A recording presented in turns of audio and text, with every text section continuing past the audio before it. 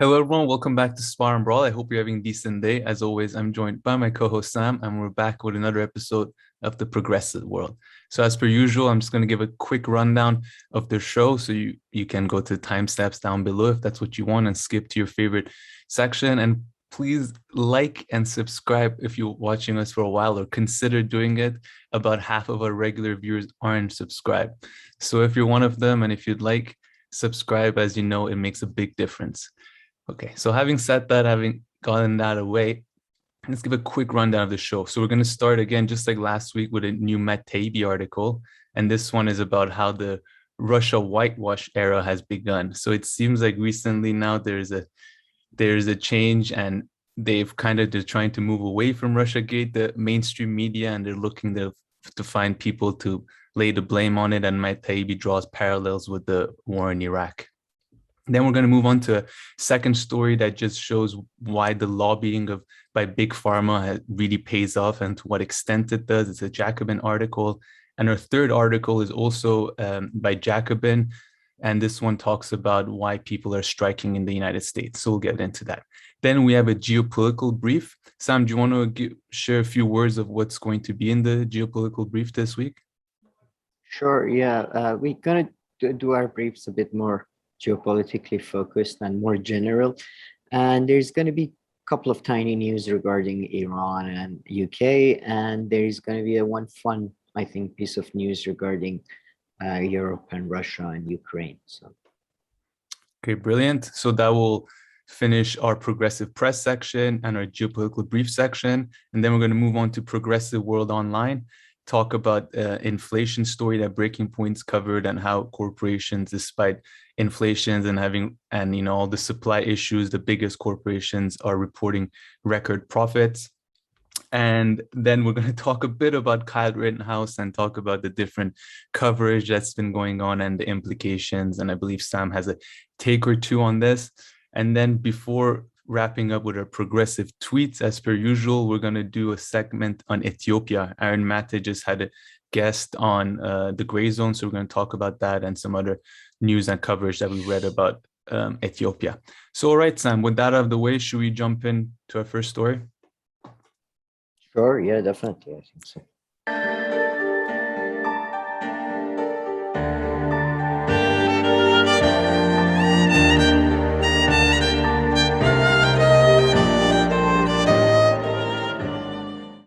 Okay, so as I mentioned, the first story is by Taibbi, and I think, Sam, this one can be summarized very easily, I would say. I think his main argument is, and it seems like it's the case, is he shows, some evidence by quoting different people in the media, which is that with Russiagate, we're potentially entering the whitewashing phase.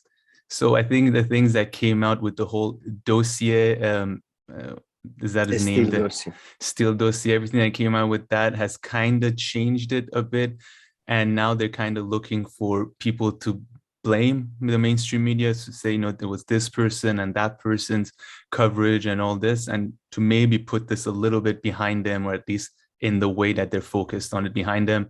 And then, of course, Taibbi, he draws a parallel with, this is what happened with the Iraq war and the weapons of mass destruction to a large extent, because there was this reporter, Judith Miller, at the New York Times, and she was just one of the many who was just reporting fake news and fake stories and basing them on unnamed intelligence sources. And she was kind of blamed by everyone in the mainstream media as one of the main culprits when they tried to move away from the weapons of mass destruction narrative.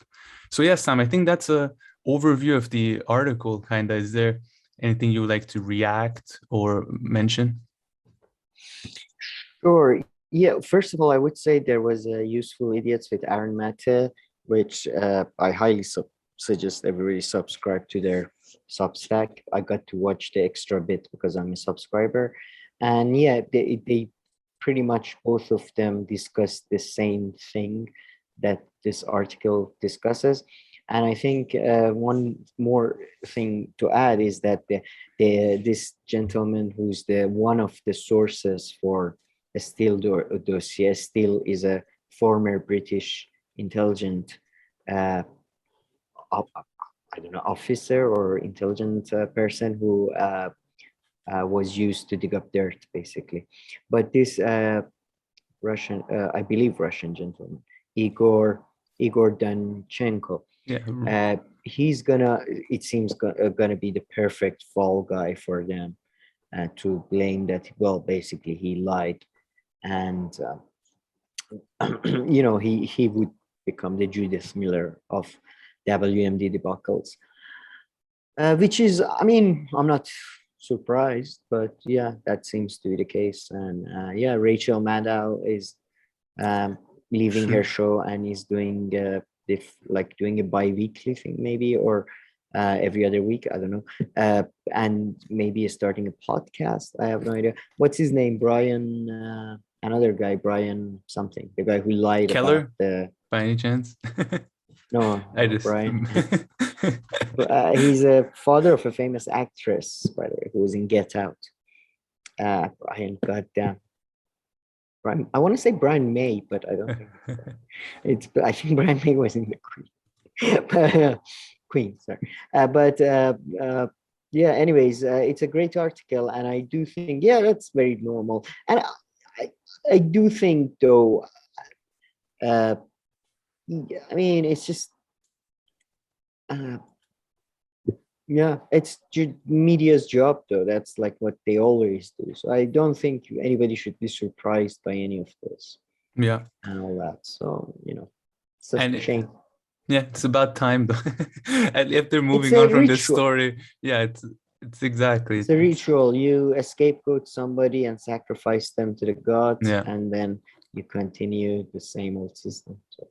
Yeah, and I believe, like you mentioned, the kind of people that they're putting it on, and I think BuzzFeed also seems to be one of the news outlets that they're kind of also trying to put the blame on. Oh, they did much of they did some of the reporting and all that. But I mean, if not, Taibbi in his article has like one or two paragraphs at least showing, the different articles that all the different outlets ran on this issue. Oh yeah, and by the way, you can run articles, or you can say things based on intelligence sources or different sources or whatever. The way it was covered, it was very clearly like, Rachel Maddow was pretty much like enemy at the gates type of, you can say, well, some intelligence sources say that this is possible, but you have to take that with a grain of salt, because they are intelligence sources. They could be trying to shape the narrative, but it's possible that it's true. But then not the hysterical way that it was covered by some. And it was, by the way, again, like, I don't blame them too much, in a way that they're in the business of making money. And with the advent of, I suppose, internet and online news and all that, all their revenue models have been decimated, right? Fox News was the first one that sort of figured out that what you should do is focus on a very small segment of group of people and maximize your profits through that, and through sensationalism, obviously, right? And CNN, I think I think after the Malaysian flight, especially, they figured out, sensationalism and focusing on. Why'd you say after the Malaysian flight? I agree with totally what you're saying. The Malaysian air flight was, I think, from then on, CNN just became breaking news nonstop. Like, is that the one from a few years ago, or is it that older one? It was. I think it was before even Trump got elected. It was it was like the overture to Trump. And then I'm talking specifically about CNN, but you can, I don't know specifically about CNBC and MSNBC. I think are put in the same position as well, that they have to cater to an older, very specific audience to keep up their revenue models and all that. So, and say sensationalism works. So, it's just, they don't give a shit about the media's like credibility or, that type of thing, because they're focused on their revenue models. Definitely. Sorry there about the light. It's experiencing some issues. No, 100% agree. And I mean, you mentioned Rachel Maddow. I love how Every now and then, like randomly, Glenn Greenwald grabs a clip from like one of Rachel Maddow's like most messed up stuff on Russiagate and just posts it on YouTube or anywhere. He just did one, I think, a Uh, few days ago on his YouTube channel. Man, I'm so proud and glad that I've never actually watched her, and that thankfully MSNBC or wherever she was is not like CNN where you have to watch it because you can be walking down the street and there's like a TV like following you with CNN on it. But with MSNBC, it's easily to dodge. It's easy to dodge it. But Jesus Christ, well, man, if someone should get the blame or like I be the love person, to know. it's her. I genuinely love to know how did CNN convince all airports around the world and all like train stations and Man, all I like understand. They're everywhere like, they I don't know how they got that deal, but well done. it's just But I like would say, watching a sorry, go ahead. sport you don't know. Sorry, it's just like you can just watch it without ever getting tired, and everybody can watch it, and you can just sit there. It's like the perfect screensaver to put It anywhere. it's Uh, yeah, I Like you don't know. can watch It CNN can for a get whole become day and annoying. not get tired. It's like I don't know, it just Oh, like man, doesn't. I can get I no, it's sort of, I know what you mean. Like it passes, it's like Yeah, nothing. But exactly. you Yeah, can't watch it. You're not watching it. You're just yeah, yeah. doing things like you're Mhm. probably washing dishes. I don't know. But But yeah, I would you're say right about Rachel that. Maddow, even when she was on the left properly, like back in the day, she struck me as very. She always seemed to be acting one way or the Mm. other, whatever. And her Russiagate stuff that you mentioned, I don't know if anybody's seen a passion play. You know what's a passion play? When they reenact Jesus's um, Okay. Jesus' crucifixion. There's a similar thing in Iran with Islamic stuff. There's similar things all across the world. And her acting regarding Russia was so much passion play, Yeah, because, yeah, or theatrical maybe. It was so over exaggerated. 100%. Our president could be. He might call back the Russia. He might call back the troops from the Ukrainian border on the orders of a Russian. Oh, it was just too Yeah. much. It was No. a school drama class type Yeah. acting. And she has a colleague who also trying to, do the exact same thing and surpass her, maybe even. The lady would like, does she have red hair? She kind of has like blonde or ish red hair. You know, the one that did an interview with Joe Biden before he became president, and she was just like anything he would say was like, go on, like treating him like an I don't old recall. baby. Was like, oh, anyway, like the other main person on He's a poor, MSNBC, yeah. she's Like, as unbearable. I mean, how can you be tough on like Joe Biden? He's the Yeah. poor guy. He's like, all right, man, whatever you're okay, whatever you say. Just tell Yeah. us about your auntie, whatever. And that's wild. They were for some reason not letting him take his meds or something. They're like, okay, let's take some period off before you become president or something with your meds, because things did seem to change once he became president. I don't know how, a little bit at least. Just the other, if you listen to him more than a minute, he still loses his he loses what he's saying and he has to calm down and comes back to it. But it's just not as bad as it was for a few months, as we've talked about a bunch of times. I don't know. I don't know. The recent trip to the Pope and UK, I think was pretty bad, man. Yeah, And true. and Those are the the ones. Eh? and the rumors surrounding it, shall we say? And also, like, I mean, just you mentioned The that smoke's reminds me. coming up. What are you referring to? He's the fart gate, I suppose. I don't know. Rip gate, fart gate. Haven't you heard? No, I don't think so. Well, apparently Camilla, the wife of Prince Charles, this is according to Daily Mail, so it's not the. But I mean, there was the rumor that he may have, shot himself during the Oh, meeting with really? the Pope. Jeez. That's why the meeting was 19 minutes. I mean, this is all rumors, and I Yeah, think, to be honest, probably bullshit, but it's funny. So yeah. yeah, and there was also Camilla was apparently saying that he farted a lot during their meeting, and it was unbearable. I don't know. And then there was he talked after or before the meeting, his meeting with the Pope, and man, he Pretty much, he was talking completely Yeah. nonsense. The one that comes to my mind from recently is when he's doing a press conference with Boris Johnson and the Prime Minister of Australia. So Oh even yeah, I I don't know forgot his his name. name. So I guess I can't make fun of him too much. But I love how he refers to him. He can't call his name. And then what does he say? He doesn't say the gentleman. He says No. she says that the gentleman from down under, I Yeah, think. something. Like okay, Australia down under. Right? Okay. Thank God he Yeah, didn't say that about like some Crocodile Dundee. if he said that about like some Asian person or Middle Eastern or like African person, it would have come off sounding really bad. I don't know. Down under is associated with Australia. No, but I would be horrified of what he would say as what he's in his mind associates with like Chinese people. No, that's exactly what I'm saying. To this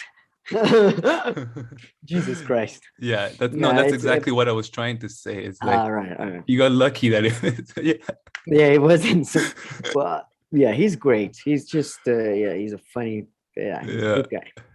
I mean, it's in a way, he's far, I would say, better than Trump, because Trump destroyed all comedy. He was funny himself, but he destroyed all surrounding comedy. Biden is funny, but the comedy surrounding him is still, okay too. So that's good. Yeah.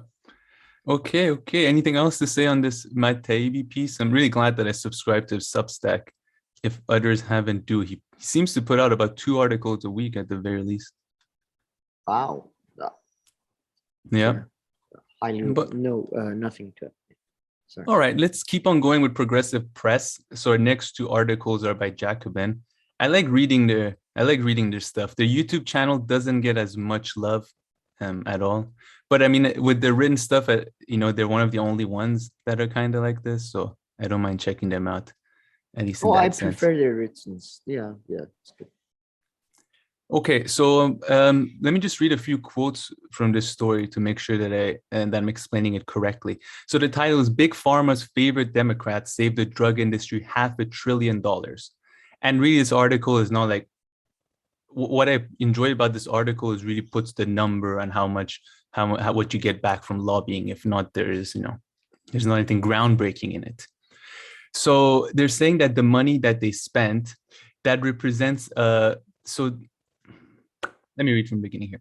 Big Pharma's massive lobbying campaign and advertising offensive against Democrats' drug pricing plan saved the industry nearly $500 billion. That represents a return of more than 1,700 times the investment the drug industry has made on lobbying Congress this year. So it's all about this year. In September, House Democrats estimated that the drug pricing provisions in the Build Back Better agenda reconciliation bill would save $700 billion over a decade. Democrats' compromise drug plan would only save $250 billion. Nearly $450 billion less. During that same time, the difference equals $450 billion in savings.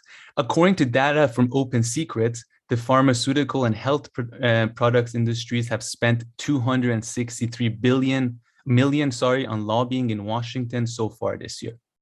But in total, the efforts will end up costing less than 0.1% of the $450 billion the industry will get to keep thanks to corporate Democrats' handiwork.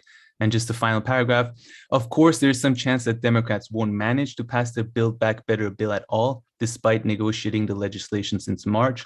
But if the bill does become law, voters may never even begin to see any savings from the drug pricing provisions until after 2022 midterm elections, when Democrats could lose control of Congress and some other changes wouldn't take effect until after the 2024 presidential election. So I guess that last paragraph there is interesting too.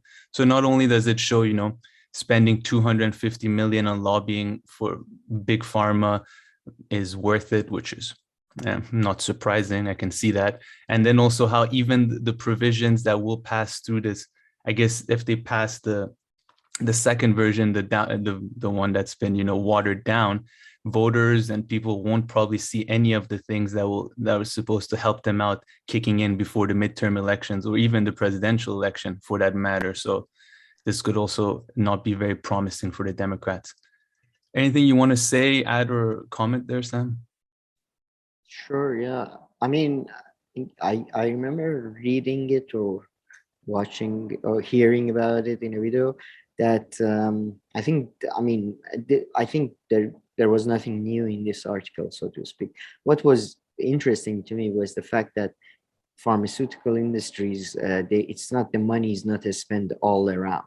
They focus it on a couple of, senators or Congress people, crucial people, to be able to basically push their agenda.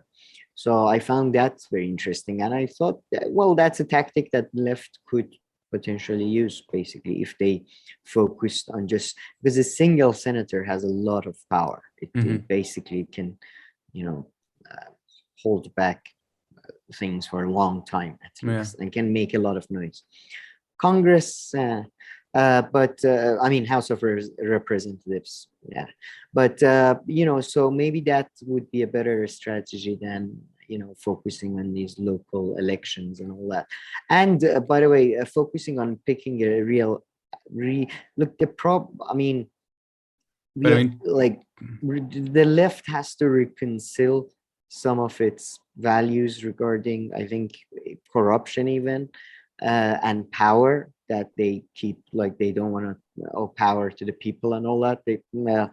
They have to pick somebody who's a bit more like, like somebody like Christian Cinema, that type of thing. Somebody who's either corrupt a bit, that is willing to do things for money and knows where his bread is butter, or somebody who's into power, let's say like Trump, who wants, or like egoistically is. I mean, I wouldn't say Trump, but I mean, like FDR. But just like you like to mention all the time, and I mean, the right has so much more money. So I mean, competing, I mean, just look at, I mean, this is not even the right. That's why I mean, this is the right, I guess. But I mean, yeah, this is pretty much. This is the right. I mean, I mean, look how much money they've spent though. 263 million in just 1 year. What kind of left-wing coalition could, but I mean, I think the left can be damaged with much less money. I don't think you need this much money to do damage. I mean, maybe a little bit less, even a quarter of it might be a lot. And then, are there such characters that are willing to do these kind of things? Can you think of someone, like, historically, maybe outside of the US, even outside the US, any kind of example, like, if America had someone like this, that would be good. FDR.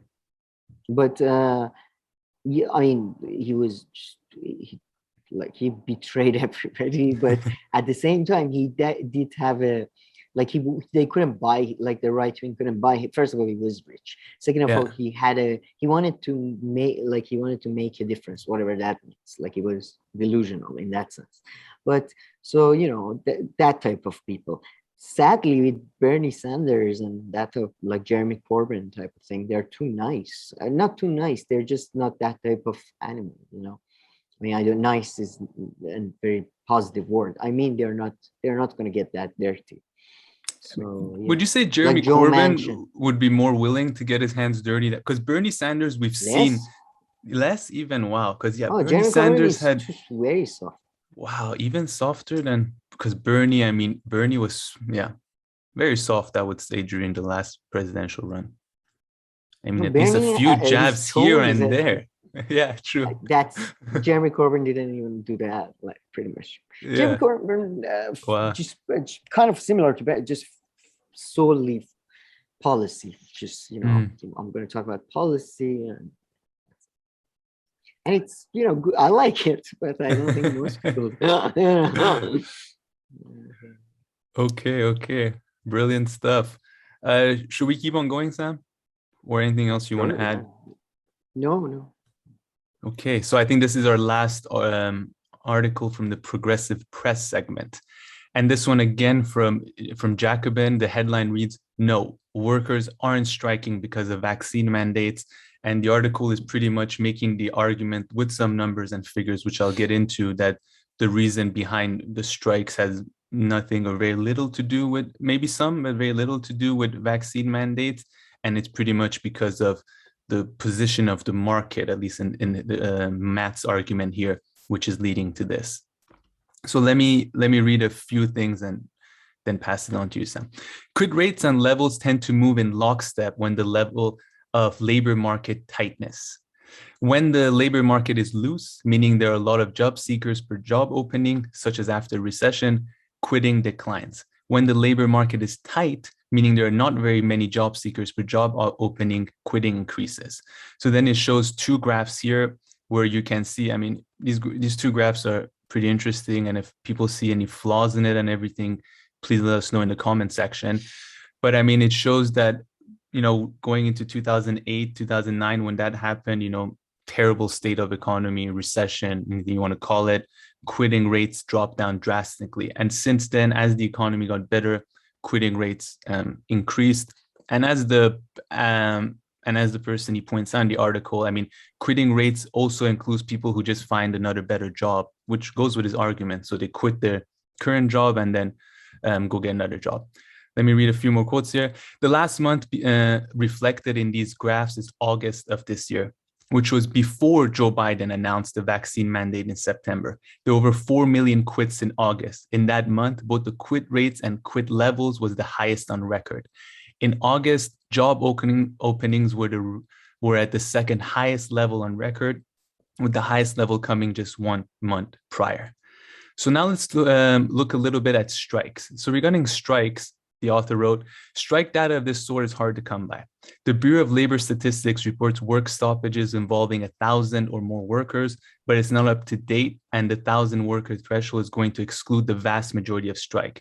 Based on the data it currently has, we've seen 10 such strikes in a year, with 9 coming before the Biden vaccine mandate. So it's saying 10 strikes that fall within this categorization, 9 of them were before the Biden vaccine mandate. I mean, you can always argue that the rumors were there, so maybe that's why.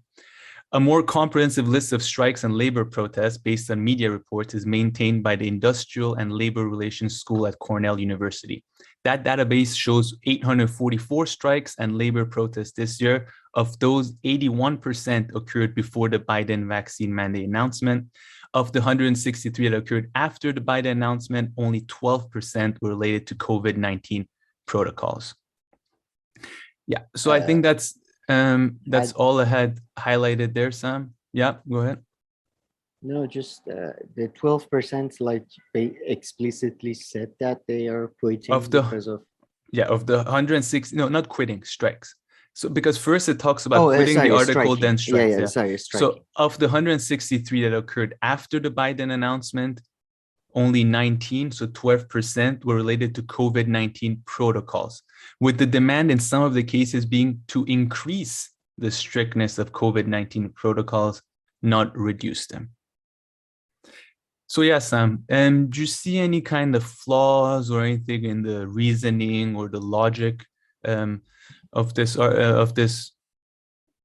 article, or anything else that comes to your mind, really? No, I think yeah, it definitely makes sense that after 30 years of wage, pretty much wage suppression, when there is a slight, when there seems to be there seems to be no shortage of employees, but there is employees they are seeing their pay is not even enough to pay for their living. For example, I mean, it's famously, I think Walmart's employees get government coupons, for example. So I assume some of the strikers, some of the people quitting also rely on some kind of social programming and stuff. So, they just probably feel like, okay, I either can live with less pay and less stress and less hassle, or I can hustle like around flipping things or buying shit and all that. And they might be wrong, but that's the probably rationale going through their head right now. So, I don't think vaccine mandate has a lot to do with it, but I do think vaccine mandate has provided us with a lot of comedy. I don't know if you've seen these videos of cops quitting because of vaccine mandates and shit. No. And it's just so funny, man. It's like, yeah, after 12 years of serving my community, I'm putting my gun down, I'm handing my badge in, I'm not gonna be in the streets. Protect yourself. Streets are dangerous. Protect yourself. But I know the guys in are good. I don't want to disparage them, but I had to make a choice, and it's just, oh, Jesus Christ, get over yourself. But yeah, so that's been fascinating. But yeah, I think the strikes and all that have mostly like the trend. I think, yeah, it's mostly to do with the job market, I mean, Yeah. becoming more tight, so to speak. Or becoming less tight. Oh, sorry, I becoming mean, less tight. less, yeah. Yeah. I mean, there are a lot of jobs, but they're shitty jobs, as a lot of people point Yeah, out. exactly. And I think, yeah, a lot of people, whether that happened in COVID, I mean, the author doesn't say this, I'm just putting this out there, and others say this too. They came to realize that some of these jobs, they're not worth it. It's not worth going having this job. You're worse off. You know what? I was my sister when she was younger. Can I give an example? Let me give an example, kind Sure. of. My sister when she was younger, she went and worked at like this burger place near our house, and she would get like a couple of shifts per week, sorry. And then she would like, we would drive her, take her there, and she was working on all this. And she would say this was bad about the work and this. And then I was thinking, like, if someone like really needed a job and they lived like outside the city or something, right? And let's say even they have like kids or something they need to take care of. If this job was, offered to them, I think if they think rationally, they shouldn't take it, because like, coming to do this job for a few hours from somewhere else and going back home, you'll probably end up losing money than just I mean, staying at home. I think that's a slightly different thing, because was like a part-time job for Mhm. that type of job. I think, I mean, But jobs, there are a in lot of my view, kind part-time of like jobs as out there. schools, when they used to be careers and career Mhm. paths, they used to be, it's more than just about earning and benefits. It was like you learn how to work as a team, or take orders, give orders, and all that. So but yeah, you're right. I know loads of people who have recently become freelancers because it's just much better pay than the only thing that work has in a lot of countries like US is the fact that it gives you insurance, which in many countries, I believe, including even in like Germany or Switzerland, I'm not sure, but it's tied. If good insurance at least is tied to having a employer. But a lot of, I know, loads of people that have become freelance consultants, freelance teachers, freelance everything. And I know people who had like jobs like at an office, and then they would become freelance. Mhm. They start like, let's say, making toys at home and selling them online or something. So it's just, yeah, the whole job market has shifted. So we'll Yeah. see. Yeah, no, exactly. And maybe end up on a little positive note. And I have a tweet on this, so we'll talk about the story more properly towards the end. Is that the people who were striking? Oh, what was that big strike? From John the Deere. Yes, I believe they managed to get quite a decent raise. It seems so. It seems to have been quite successful. So we'll get back to that in the tweet section. But yeah, good for them. But yeah, I don't think I have anything else to talk about here. I'm just trying to look at my notes. Anything else to mention with the story? No, nothing to add. It's really no. All right, Sam. So since we're done with our progressive press section, let's move on to our geopolitical brief segment. So what do you have for us today? Or so, as I mentioned, there is a couple of small things which I'm going to go through first. Sorry, I'm just bringing them. Oh, where are they? Sorry. So UK government announced that they're scrapping HS2, which was a planned railway infrastructure for the north, which was big deal, huge amount of like money, jobs created, but there was also climate, worries. But overall, especially in the north, it was quite popular because it would have probably increased connectivity. Although again, I remember there was quite a lot of issues regarding the fact that, considering the fact that airplanes now exist, like what's the point and all that. Well, There's a big point. I mean, no, Yeah. the thing is, if you use an existing railway infrastructure, it's greener than than airplanes, right? But if you're going to build a new railway infrastructure, it's not necessarily greener Really? than And airplanes. I mean, we'll come depend. back to this. Yeah. I'm just going based on general look I had at some of the studies. So it depends on how, I suppose, what materials are used. It depends on all these things. But there is, I mean, it seems that Boris Johnson is trying to sort of, the reason for it being that because of what you say, they're trying to meet their green their green targets, their targets. CO2 reduction targets. And I can imagine if they're short-term targets, I could see how the building of a railway could definitely affect that in the short term, perhaps not medium or long term. But yeah, continue with your story. You can come back to this. Yeah, exactly. So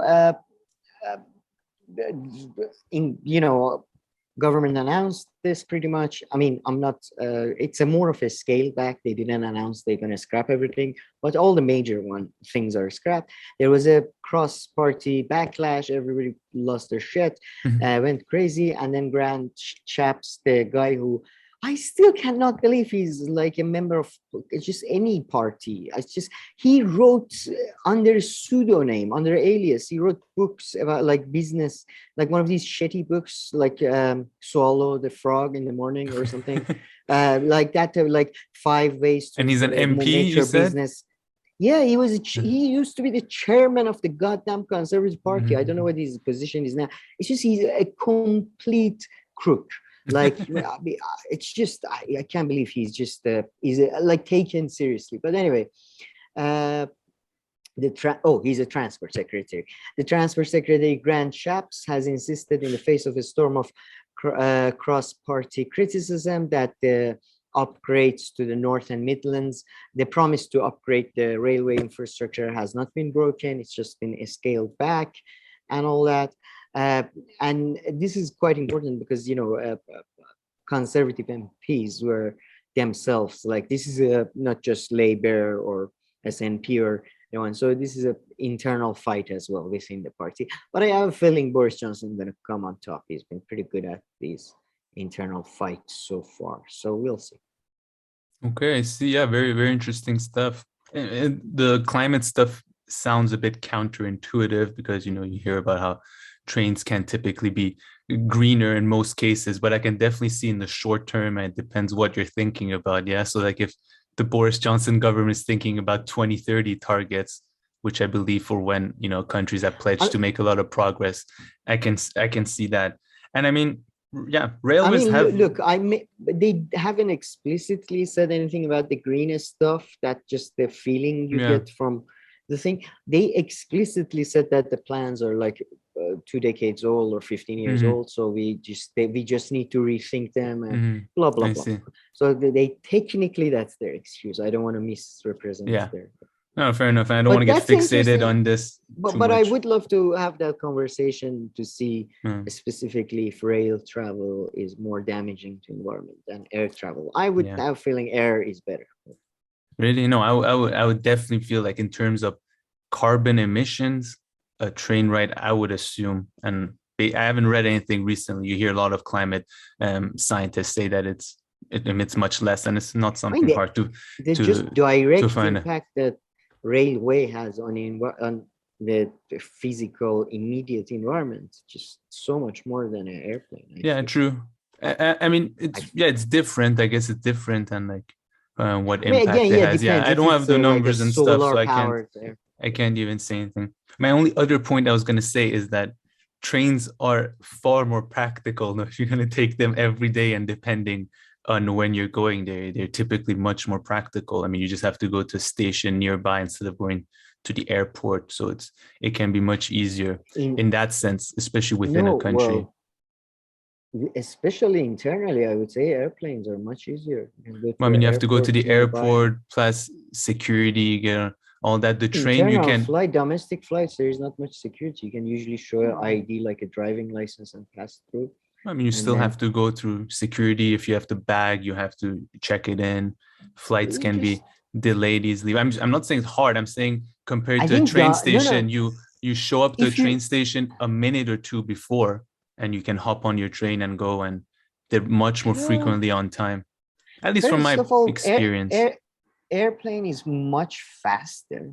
Yeah, Airplane, if and you're in commuting, and I know people who commute to London through airplane, for example, makes much more sense I to mean, get depends what infrastructure is in available. place. Yeah, Exactly. yeah. No, I No, mean, like, exactly. If you can yeah. walk, that's the I mean, best. for But instance, yeah.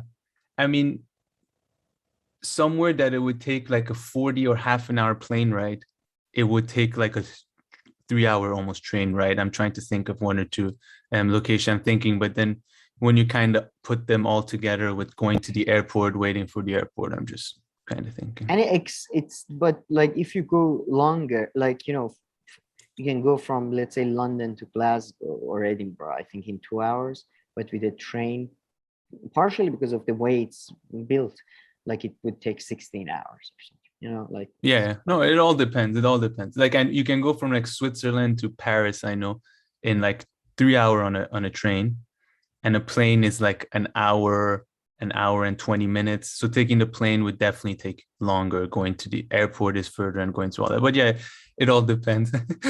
I'm getting Mm, so fixated on this. I don't want to. no, I yeah, don't want to it's the bury. fun part. I don't want to Yeah. bury the story, which I guess it's a Oh yeah, big infrastructure bill. Big bill. It's a big infrastructure the plan that I guess is being plan. scratched out for now. Okay, interesting.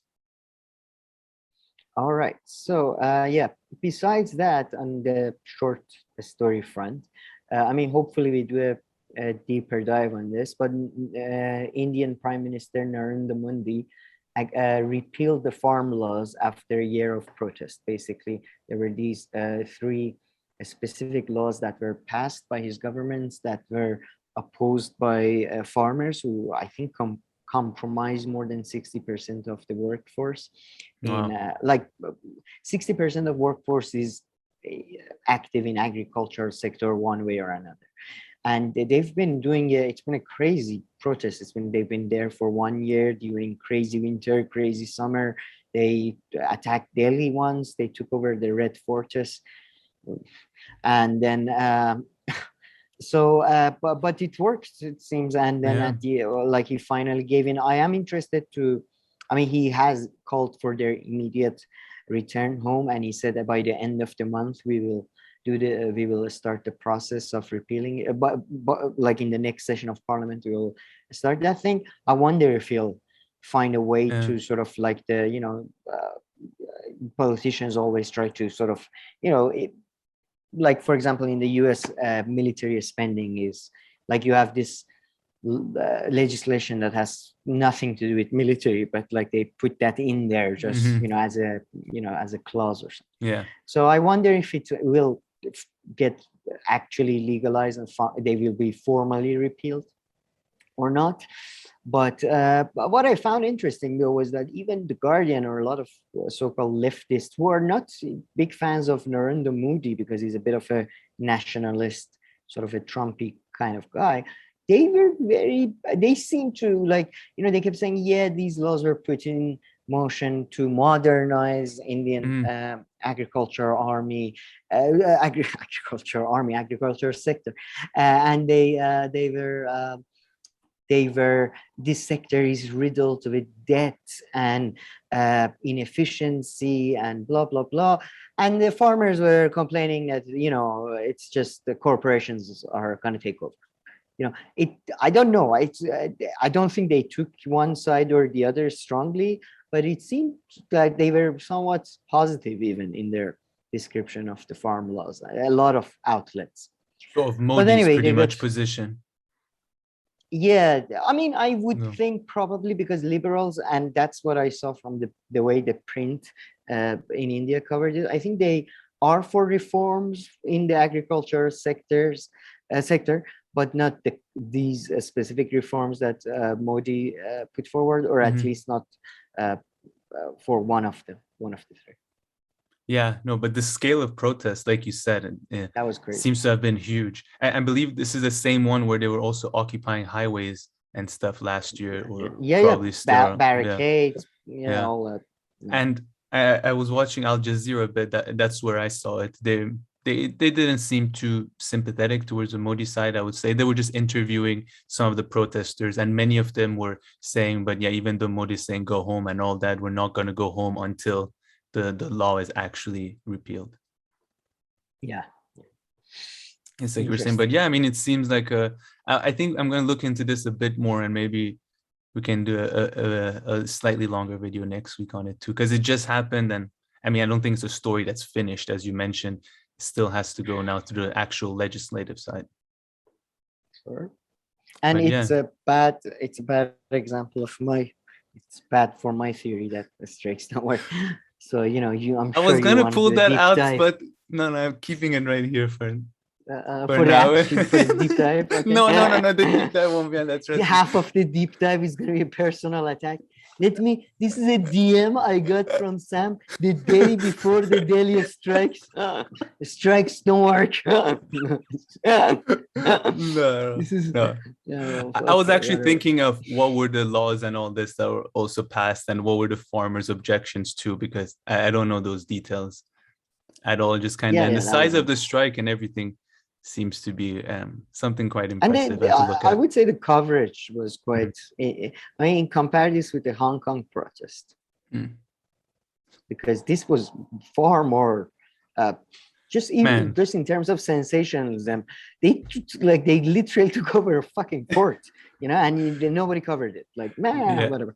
Man, Al Jazeera that I defend all the time were unbearable for a good 6 months, where every day their first story was the goddamn Hong Kong protest. Yeah, I mean, that's the one part where they went surprisingly full in on a story like that. They're just not allowed to go after. That's pretty much. But they're pretty. But yeah, I have. Anyway, their obsession with that now. But okay, yeah, great stuff. Yeah. All right, our last sort of tiny one. I just wanted to talk about Iran generally stuff. It's not worth doing a whole different segment on these Middle East stuff, I feel, anymore. But yeah, the rhetoric between the US and Iran got a bit tougher again. The US Secretary of Defense, I think, described Iran as a new threat to the, I don't know, the new part really surprised me, but yeah, threat. And he said, while we will be trying to pursue diplomatic path, we will do everything to contain Iran's dangerous behavior and all that. And then you had a sort of an interesting sort of a media war between Iran and Israel. There was these reports that the Iranian general was kicked out of Syria, expelled from Syria due to his disagreements with Bashar al-Assad. This was very quickly denied by Iranian sources, and they, it's still not clear if there was, who knows, but obviously Iranians and Syrians are denying it, but so seems to be a sort of, it's very much a Cold War situation between Iran and Israel, it seems to be going on, that Israel attacks Iranian bases in Syria and Yemen more recently, apparently, and then or Saudi, and then it's reaching sort of the media war is ratcheting up as well. I think. Okay, wow, interesting stuff. Yeah, I haven't been following these stories at all. And weren't the nuclear talks actually supposed to start on the 19th of November, or was it maybe the 29th? I'm not sure if you have it in mind. I don't remember the exact date, but it was something around. It was sometime around now. And yeah, the Israel-Iran stuff doesn't seem to have changed much at all with the new administration in place in Israel, with Netanyahu not being there. But as you would often point out, that's not surprising. Oh yeah, sure. And then the top headline, although I don't know how much of a headline it's going to be, is that, I found this story to be honest funny. This is according to Reuters. France, Germany, and that's just listen to the title and then I tell you the story, and it just tells you where Reuters comes from. France, Germany say Russia's publication of notes breaks diplomatic rules. So you might wonder what publication of what notes and what happened and all that. So it seems that Europeans and European powers and Russia and obviously Ukraine, they're in negotiations over the internal conflict or the whatever you want to call it, situation that is going on in Ukraine. And then there was So France and Germany accused Russia on Thursday of breaking the diplomatic protocol after Moscow published their confidential correspondence over Ukraine. On Wednesday, the Russian ministry released a number of diplomatic letters it exchanged with Germany and France to try to show that its stance on talks over Eastern Ukraine has been misrepresented. So let me cut down. I have to get that's the thing. They buried the lead so deep down in the story. But there's basically the thing is there was this meeting. Russians had said to the French and Germans that we can't Sergei Lavrov, the Russian foreign minister, cannot attend the meeting on 11th of November. And then Germany and France and others have sort of publicized and said this is a sign that shows that once again Russia is refusing to come to the table, and they're such bad guys and all that. And then Russians released 28 pages of private correspondence showing that they way before yeah, we are busy that day, sorry I can't come to your party, man, I have my mom, it's her birthday and stuff, I have to go, so they had good excuses, it seems. Yeah. But and they had offered the framework that Russian had said, this is our framework for this is what we are thinking about the resolution of the Ukrainian conflict. And then France and Germany in their private correspondence say that, well, this is not something we at all agree with. But then Reuters reports it as if this crime committed by Russian authorities of publishing. It's kind of like the Russians when they sort of did the Glenn tactic. Yeah, that's what I was thinking. Greenwald maneuver of just releasing all the DMs. And, really, so I think I found Paris earlier accused Russia of refusing to accept a ministerial meeting with France, Ukraine, and Germany to discuss the pro-Russian separatist insurgency in Eastern Ukraine, and denied that it had failed to respond to proposals made by Moscow. In a rare response, Russia published 28 pages of diplomatic documents showing it had said in advance that Lavrov could not take part in the proposed November 11th meeting. I believe the exact excuse was his mom's birthday, but don't quote me on that. So, however, the documents published also showed serious differences between Russia, France, and Germany. So, even in the whole article, which is for a news article, it's relatively long. There is only one paragraph that, in my view, discusses the more substantive thing, and it's media war and all that, but it's just pathetic. It's like with from the headline to the whole thing, because you could just say that Russians contradict France and Germany on their reasons for their absence on the meeting or whatever. You could go in a more just less obvious. Anyway. No, I agree with you there. It was a good one. It was No, I agree with you there. Their jabs at the Russians are just so weak always. They're just so pathetic. I'm sure there's something better to find out there. But, well. It reminded me of in the October Revolution when Bolsheviks take over and all that. They start publishing all the international treaties. One of the reasons, by the way, that a lot of places don't get colonized or something, and people, it just was kind of similar to that sort of move that you just release the DMs. This is what you said. This is what you...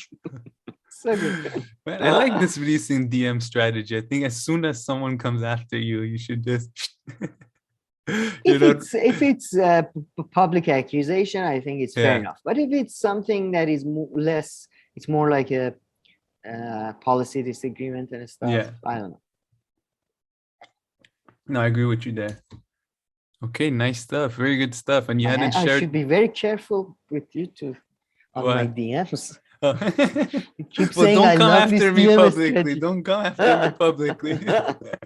Well, Next time you piss me off during one of these podcasts, I'm yeah, gonna keep release saying the I love video this with DMS. But I mean, just because Yeah, Glenn had used it so perfectly, he just put an end to the whole thing in like in an evening, you know. He that's didn't true. let it That's drag true. on. But Yeah, no, it good was a. stuff. No. Yeah, I was saying I didn't read or see any of these stories beforehand, but yeah, very interesting and nice and easy to follow. Should we move on to our second to last section, Progressive World Online? Sure. Think it's going to be some relatively short ones. I mean, this first story, I didn't even really want to have it there. At least this one's going to be short because I didn't get to dig into it too much. But Breaking Points did a story based on reporting from the New York Times and Business Insider. I couldn't click on either of his articles to really see, but it was just kind of pointing out that corporations, the bigger ones, seems to be surprisingly taking a bit of advantage of this whole inflation situation and people expecting higher prices to boost their prices even more than however much the costs have gone up in order to maximize profits. And it kind of just reminded me of this very good point that Richard Wolff made in a video that we shared last week, which was like, his point one was that get it out of your mind that inflation correlates or is caused by the amount of money that is being circulated or about the money that is pumped into the economy or given to this person or that person. And rather, I mean, it is the employer, which again makes sense, decides to increase the price because the inflation is there, or maybe they'll increase even more, taking advantage of that inflation. So I thought it just went well with that. But yeah, I didn't get to read the articles and everything, so I don't want to say more. Well, I would say that's a slight cop out though, because the employer does raise the price to why? Because usually, I mean, there's two things. For example, when energy price goes up, so he's trying to maintain his profit margin. You might say that his profit margin is too high or is immoral or whatever you want to talk about. But it's a bit of I think cop out to say that inflation is not caused by this I would say one of the causes of inflation is because when corporations, that type of thing, when they see government, for example, increases spending, they will increase their prices because they think there is more money. I mean, even if they like economically, it might be unsound to just assume that, but they do assume that, and then they raise up. But I think they push up the prices. I think Richard Wolff would say, like, yeah, I agree with that. And like I said, it's the employer that decided to take advantage of it in that way. But employers' decision making is partially based on the government spending, quantitative easing. Yeah, I'm just saying, and based on how much money people have. If they see people have, for example, household saving, they see household saving goes up, so they see a bunch of money that they can reach. So they push, so inflation goes up. That's one thing. I mean, you sent me the video by Breaking Points, and what I found, I mean, can somebody correct me if I'm wrong, but wasn't Breaking Points or The Hill, I don't know what they were back then, they were one of the groups that were very inflation skeptical.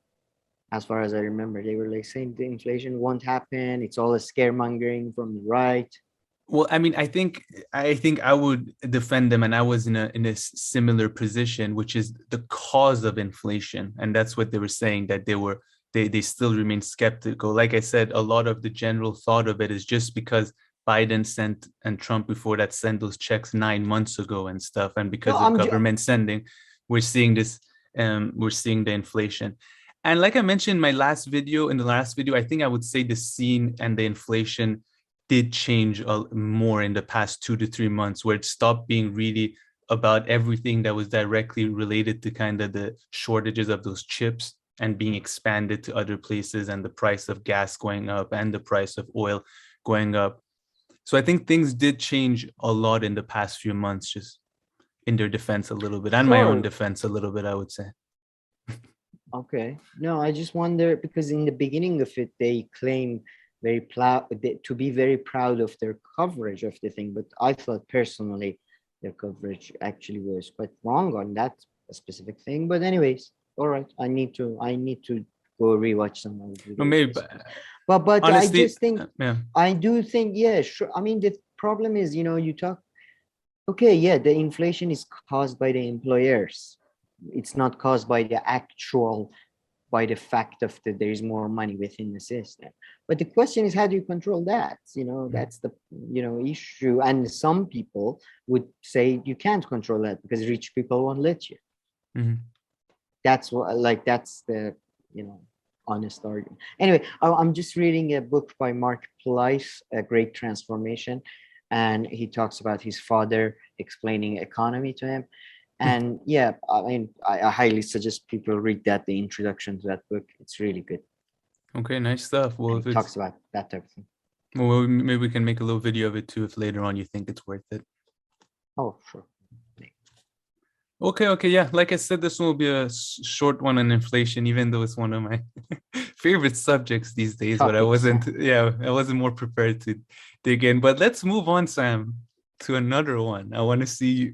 I don't even know what to say here with this Rittenhouse one. I mean, everybody is so into it and knows 10 times more than I do. I mean, the amount of knowledge that people have on this issue is like striking. I would say, compared to other stuff and all the little things that they followed. And yeah, I mean, there are a few videos to mention. There's democracy. Sorry, not democracy. No, TYT. That was a slip. TYT have kind of changed their, Anna Kasparian especially. She's like, oh, I was A video misled came out. before A video that. came. Yeah. Which video you mean? What video? So first there was these reportings in the mainstream media, Mhm. but then there was somebody who made a video that, I don't know, slowed the thing. It had different angles, Yeah. and that video showed different things. So then TYT Yeah. corrected themselves, Anna Casper. So that's good. Yeah. So I think that's the base. Yeah. No, That's why 100%. they backpedaled. And then there's Jimmy Dore who made a video on it, recently, and he had that gentleman, the videographer there, who makes news videos, showing his video and talking about what happened. Oh, there's a big one I forgot. There's the Vanguard, who I think experienced quite a bigger backlash with one of their guests over the take he took. Maybe you want to comment on that a bit too. And then finally, there was Bree's video this morning, Brianna Joy Gray, and she had a guest who was also not a prosecutor, but I believe a lawyer, and Public defender. Public defender. And she also her take and like some facts she didn't report on correctly. They were saying in the comment section. All that. I mean, like I said, I know this story less than probably everybody out there, but I followed a little bit here and there. But yeah, they went quite after her as well on bad faith. And it's just, I love how in bad faith, Really? yeah, oh, the comment section's brutal. And I love Brie that people like her so much because she also had that video last week with that economist who was all over the place. People start their criticisms with like, Brie, I really We like love you, you, but Brie. Look, Look, man, don't take this personally, but yeah. Brie, you're really good. If we can send, if we can make our Can we dislikes or our half poop the bags go lunch? towards her, Yeah. towards her, I don't know what. But yes, I mean, do you have anything you want to talk about here? To be honest, not specifically about the case. So I hope our title is not misleading or something. People think I want to talk about the case specifically. But I was just thinking, it was, in my view, it is a bit like, this is not topic that I should be interested in or whatever, like, doesn't affect me. I can't change anything about it. But like many people, I'm interested in sensationalism. So I watched some of the videos of the event, of the thing, and the commentaries and stuff. And I was just thinking of the strikes and all over the world, and in US, and the riots and the COVID strikes in all, in Australia, in Big Europe, in protests all. everywhere. We just talk about the India one and all that. So multiple issues. And then I saw the Kyle Rittenhouse case played out online and in media.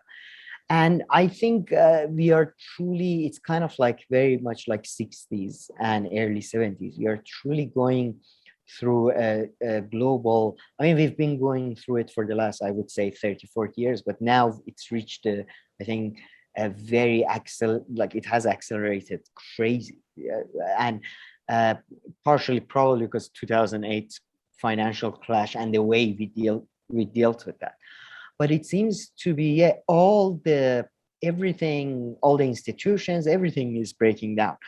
I want to start with the fact that how does a city get to a place, a city in the heartland of the global, let's say, empire? I mean, I'm using these terms very loosely. I don't like, I know I don't like to call US empire, but in the metropolitan of the most powerful nation in the world, this type of thing is happening. There are police there, but they can't enforce the laws. And you see people running around, and all it's not clear if it's a protest or riot. I don't want to categorize it as either, because I know it's become a quite controversial thing in itself to how to categorize that. And then you see the judicial process with the judge reading a cookie magazine during the thing, and the prosecutor completely apparently being incompetent, or some people say he's playing incompetent. And like judges and military, I think, tend to have the highest respect in most societies, and doctors used to. And now with COVID, with this, with that, everything is pretty much becoming, everything is under question, everything is in a scrutiny. And I think we'll see, there will be two, like, we'll either go at, it's like at the end of Soviet Union, where elites just give up and allow the whole system to collapse. And I think that's the worst outcome. Probably the better outcome is probably the one that they react in a highly authoritarian style, where we'll see like drone. I think there's a good chance. When I was watching the videos, I was reminded of RoboCop, to be honest. I don't know if you remember the very early scenes in RoboCop. It's about Detroit, by the way, the city that has gone bankrupt. And I think your air is just getting closer and closer to that all around the world, by the way. It's just expressed in this American media more broadly. We are moving towards a hellscape of, robotic policing and all that. And I don't think that's, I mean, I don't want to say it's necessarily dystopian, but I just, these are the two sort of futures I see in front of me, and it's very scary. And yeah, I was and the idea that this online commentary of the case, that for example, one of the people who made one of the videos said that you are the jury, you decide. And it reminds me of Black Mirror, the TV show, and this whole rating people, or okay, everybody's a jury, vote down or up for the criminal. It's scary, like, because while I am very critical of institutions and processes, I wish, I am critical in a sense that I want them to be better, not to have this mass mob sort of. There should be processes. There should be like good judges, or some kind of like I don't know, or some panel of judges. I don't know, but yeah, it's very sad, and but it is what it is. Yeah. Okay. So I'm sorry. And so I on the don't forget. Vanguard, Go ahead. just because you mentioned that I might have something, I mentioned that to you, but the Vanguard, they had a guest on, and in my view, this like that was like the least intelligent commentary I've seen on anything for a while. And the fact that the hosts seem to agree with it, I assume they subscribe. One to of the them same seemed beliefs. to agree a lot. The other one, I felt like he was more like, I need to don't go know. with this. I'm not too sure, but yeah. But I feel like, that's I found his views very disturbing, to say the least. And I find it very difficult to, and I kept saying, oh, you call yourself a left? I think he should really take a look at the literature he's been reviewing. And just, I don't think he understands what the fuck he's talking about. And just the pathetic, like, anyway, I don't want to get personal, but sorry. So that was that. So I mean, but the bad faith one was very interesting, because while you say she got a bad, I didn't notice that she, like, the video got a negative reaction. Big time in the comment section, like big time. because I think while her I don't agree with some of her takes and stuff, and I think maybe it was because she was so animated. People Mhm. are because because she was a public defender. I did really appreciate the legal uh, expertise she offered. For example, regarding why the misdemeanor regarding the gun carrying was dismissed. Regarding, I just appreciated somebody who could tell me the technical details and all that, even though I don't necessarily agree with some of her takes and all that. But I do think, the left shouldn't focus so much on this one person's story, because one person's story is always filled with exceptions and Mhm. details that you can never fill in. We should focus on the fact that why a state has come to the level that there is constantly such unrests all around the world. Again, I just don't want to. I mean, when you see it in the metropolitan of the most powerful nation, obviously it shows that the systematic issues have reached a very high point, I think. But yeah, I think the left should focus more on that rather than this specific case. And considering that the victims seem to have were all white, and the killer, like, I don't understand why race was brought into this. For I know the unrest, protest, riot had to do with Black Lives Matters and police brutality, but I don't think, it's this is I think the left should focus on that. Do we if how do we how do we create structures and institutions that serve people better and does not allow for situations where people running around with guns and attacking each other. And yeah, in a chaotic situation like that, of course these type of things have a higher possibility of happening. Yeah, yeah, okay. So I mean, very interesting stuff. Very interesting stuff. I'm trying to digest your bigger point. A couple of points that have come to my mind. One is that it's really reminding me of the Taibbi article we just did on Tuesday, which talks about how, I think he says America is a Sensational. sinking ship, and we're always obsessed with these kind of issues, and yeah, while ignoring other issues and the state of the country. That's one thing I wanted to say. I believe regarding the female lawyer with Brianna's guest, people in the comment section were really going after the facts that she was sharing about the case and saying, like, these facts that you're saying right now are the exact ones that have been disproven, or a lot of them disproven Oh, really? over like, I mean, yeah, I mean, yeah, Okay, based on the so videos maybe and my everything bad. that they watched, they were saying some of these facts. But you're right, I mean, some parts she talked about the law and all this, and she also said that this, I mean, she was laughing her ass off talking about that prosecutor and saying, like, By the way, I don't she know did say, how she the did hell say, he comes from.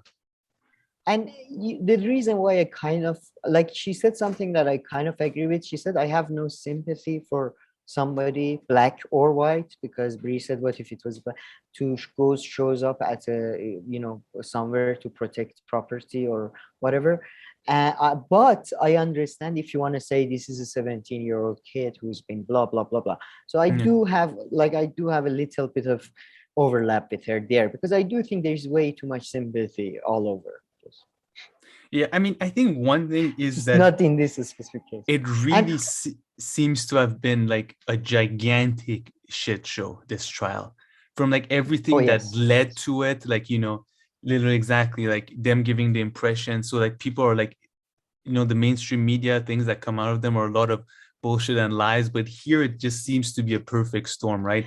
the Everything level that they of said income is getting countered one by one. There's this prosecutor who's just like completely out of it. There's this judge who at the same time is who's doing yeah stuff you want to applaud in a way, but also stuff that are very problematic. So it's just uh, such a gigantic shit show. And then you can comment about this, and then I want to come to your bigger argument that you were making. oh, two things. One is that, it's like, it's like a slapstick comedy. Mm.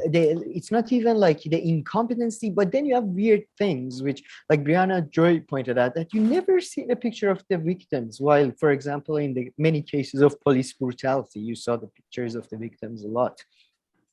And then Yeah. it's been From a whose shit side show. though? I mean, I can see the media, they were The completely, people, I think, talking about the other, like they were, they were trying to make it seem like it's all black, it was black people that he yeah, killed. I exactly. It's believe that's just the so weird. impression that he gave up. So maybe that's the reason why Some they didn't show the killer so much. And in court, sorry, not the killer, the people were murdered. And the the victim people, yeah, murdered. the people Yeah, murdered. I don't know. And Yeah, I guess in the trial, maybe both sides don't really see him. I mean, they've brought in, one of them is alive and he's come to court and everything. One of the people is shown. Yeah, two people died or three people died. One yeah, person got injured. Yeah, I don't know. Anyways, but yeah, it's been the whole cover, everything. It's been a shit show, and it kind of shows the whole. Yeah, it's just everything is falling apart. The whole yeah, post-War II order, which was then modified in 1970s, is completely in 70s and 80s is reaching. I think it's either it's end or it's going to come back with a very, very authoritarian yeah. face. So now And that's that's interesting, what but I wanted to get to. I think Americans, including Matt Taibbi, are very like harsh on their own country in a way that and underestimate the ability of the reactionary forces to sort of fight back. Because even if you like Rome went through like a couple of periods of decline and then bounced, like all the empires, it's not novel for empire to go to decline and then bounce back and and then bounce back. decline again and then so But I it's mean, possible. It's possible. I'm just saying at the moment I don't see an elite in the US that is willing to fight to continue the project, but it is possible. but like, I mean, the protests and stuff, you're saying that they're going on a lot now and they were like this and, those scenes that we watch. But now I think those videos that we watch a lot, I mean, we've seen these videos a lot from this recent one and it does look crazy. But have these not been happening in the past, like in the 60s or 70s, like big protests in the No, US or exactly. other places around the world, even in more The recent centuries, even more recent decades, perhaps except like the golden kind of decade of the 90s, it seems to have been like no, one of the well, more no, peaceful ones, perhaps, or no, maybe you I'm were right. mistaken there. No, you were right the first time. It hasn't happened since Okay. 70s and 60s. Okay, it Uh, hasn't happened since then since then, at these and then scales. yeah, and you could go and then 60s and 70s, even like in 40s, it Mm-hmm. was massive. Like there was real 40s and 30s really was major. Like strikes were goddamn violent, and I think in US it was even more violent than Europe. Like workers striking 30s and 40s. So yeah, of course it has happened before, but it's like a trendy thing. I think Mm-hmm. we had late 70s, then 80s, 90s, knots, whatever. It's been pretty calm relatively, and now the system there is not enough oil to for the everything is squeaking now. You can't. There's not enough oil to go around to make the machine work everywhere. I mean, you see strikes everywhere. You see protests everywhere across Europe, across Asia, across Africa. Even there are more civil wars, protests, and all that. You know, I don't know. It's Yeah. fascinating. Very much reminds me of the pre-World War I situation, which is very, very dangerous. Very interesting. And I mean, from the US side, is also something else to bear in mind is the whole rise of China. So, as they become more and more powerful, there could be more panic from the US elite and all this. What are they going to Sure, do about it as the Chinese economy becomes bigger? it's and by the way, it's not again just China. We're going to talk about it in our next. I think our next topic is probably that. But you see, it's not just China, Russia, Iran, Ethiopia, Brazil, like nations that are regionally possible regional rivals to US, or possibly can get more out of US. Turkey, even Saudi Arabia. Israel is a bit more complicated because they have such a tight union with the United States. But they are even becoming more, everybody's becoming more independent because they're feeling feeling that, the system that's been in place, it's may not be in place in a couple of decades. Very interesting, very interesting. Definitely a lot of things here to think about and probably come back. I don't have much else to talk about here. Anything else or a going lot through of your mind? bullshit. No, I mean, these kind of things, these kind of observations, I'm just always like, a lot of what you're saying makes complete sense.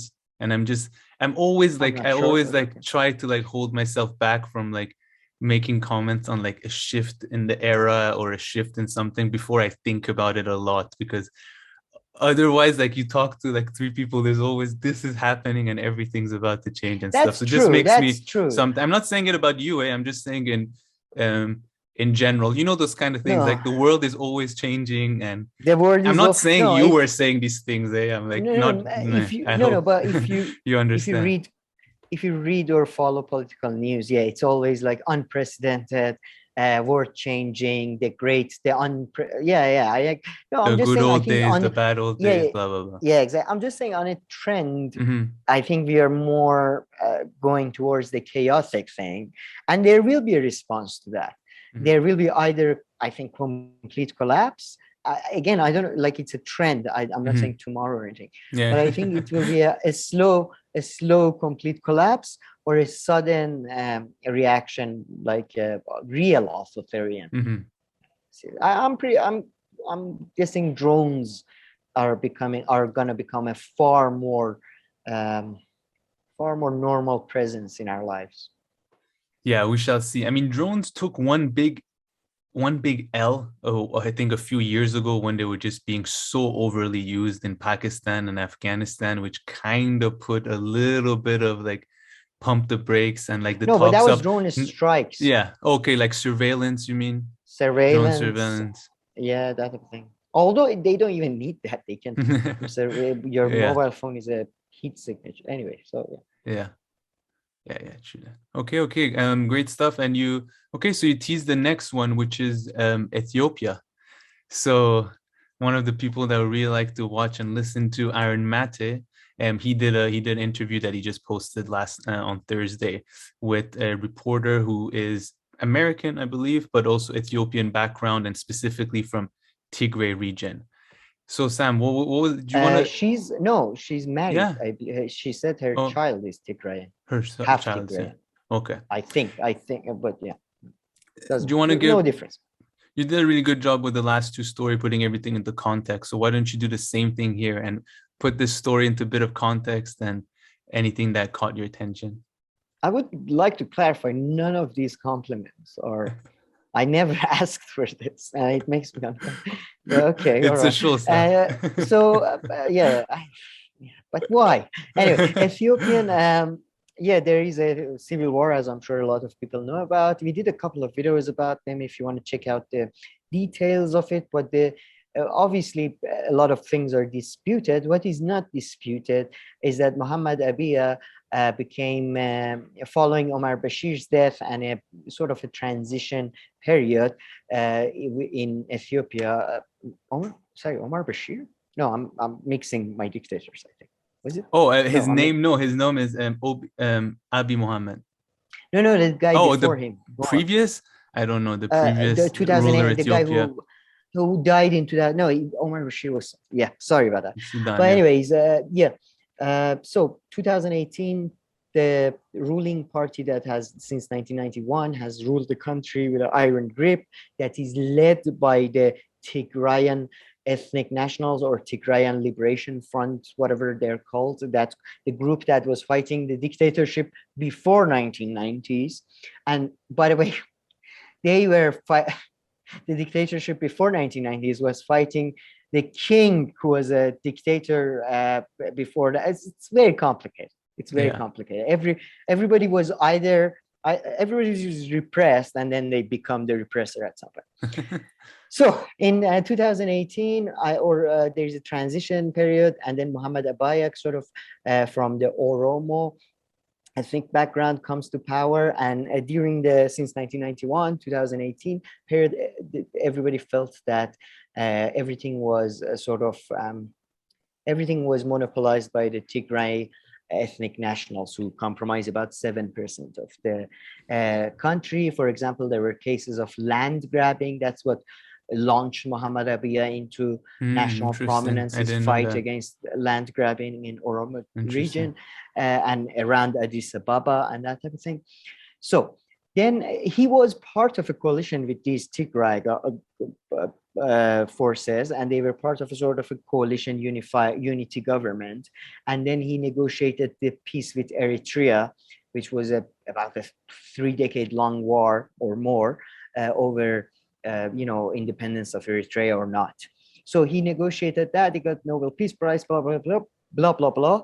But there was increasing tensions within Ethiopia, within the Tigray forces who were part of this coalition, but were unhappy with his policies, especially regarding Eritrea.